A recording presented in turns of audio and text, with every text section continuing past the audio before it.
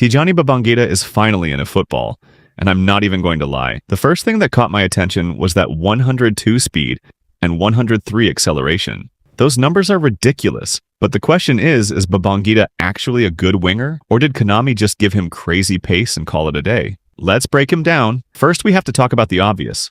102 speed and 103 acceleration is absolutely insane. And when you combine that with 94 balance, you have a winger who should feel extremely quick when turning and immediately bursting away from defenders. He isn't just fast once he gets going. That 103 acceleration means he should reach his top speed incredibly quickly.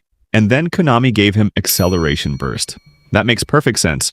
If you're using Babangida, you shouldn't be trying to slowly build attacks with him. You want to receive the ball, face the defender, and explode into space. One good touch, and he should be gone. His second skill, attacking surge, also fits the card perfectly. He's designed to be aggressive going forward and constantly threaten the defensive line.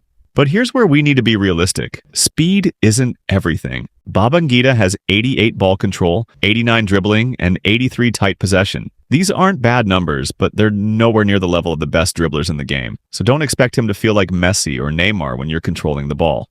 Babangida has a different purpose.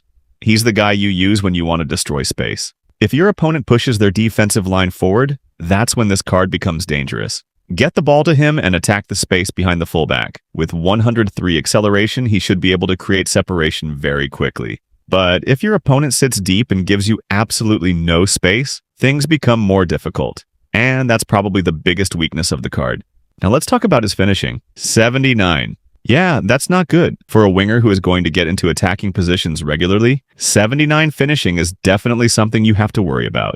His offensive awareness is 89, which is decent, so his movement should be useful, but once he gets into the box, you can't expect him to finish like one of the elite attackers. His curl is also only 77, so I wouldn't be using this card expecting him to constantly cut inside and score beautiful finesse shots. Babangida is much more dangerous when he's creating the chance with his pace rather than being the person responsible for finishing everything. His passing isn't exactly amazing either. 77 low pass and 79 lofted pass are both pretty average. So this isn't a winger you're going to use to control the game or constantly create chances with complicated passes. He's there to run and run and run some more. His physical contact is only 69, which is another obvious weakness. If a strong defender catches him, Babangida probably isn't winning that physical battle, but honestly, that's not necessarily a deal breaker. You're not supposed to let them catch you. That's the whole point of the card. And the 94 balance helps him stay on his feet when he's moving at high speed and dealing with contact. Then we have 90 stamina, and I actually really like this. A card that relies heavily on speed needs enough stamina to keep making those runs throughout the match. There's no point having 103 acceleration if your winger is completely exhausted after an hour. With 90 stamina, Babangida should be able to keep threatening the defense for much longer. Now let's talk about the big question. Is this the fastest Nigerian epic ever? Based purely on these numbers, 102 speed and 103 acceleration is absolutely ridiculous. It's easily the most eye-catching part of the card, but is he the best Nigerian epic? That's a completely different conversation.